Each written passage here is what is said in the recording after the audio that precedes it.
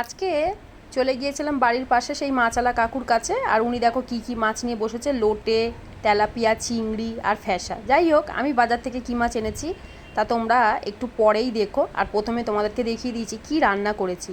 একটা কড়াইয়ের মধ্যে আলু, বেগুন, পেঁয়াজ, তারপরে কাঁচা লঙ্কা, আর এই দেখো চুনো মাছ নিয়ে এসেছি। এটা কি মাছ নাম আমি জানি না, কিন্তু খুব ভালো লাগে খেতে।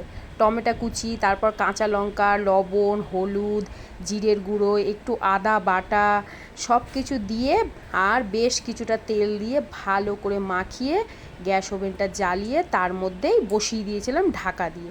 এইবার আর কি, এই ঢাকা দিয়ে দিতেই অনেকটা পরিমাণে জলও বেরিয়ে এসেছিলো, আর সেই জল যখন শুকিয়ে আসে তখন হয়ে গেছিলো আজকের এই চুনো মাছের চচ্চড়ি। মা এটাকে চুনো মাছই বলতো, তাই আমি চুনো মাছ বলেছি। তোমরা যদি কেউ জেনে থাকো এই মাছের নাম কি, অবশ্যই আমাকে কমেন্ট করে জানিও। আর এটা খেতে কিন্তু গরম ভাতের সাথে দারুণ লাগে। ট্রাই করো বাড়িতে। টাটা।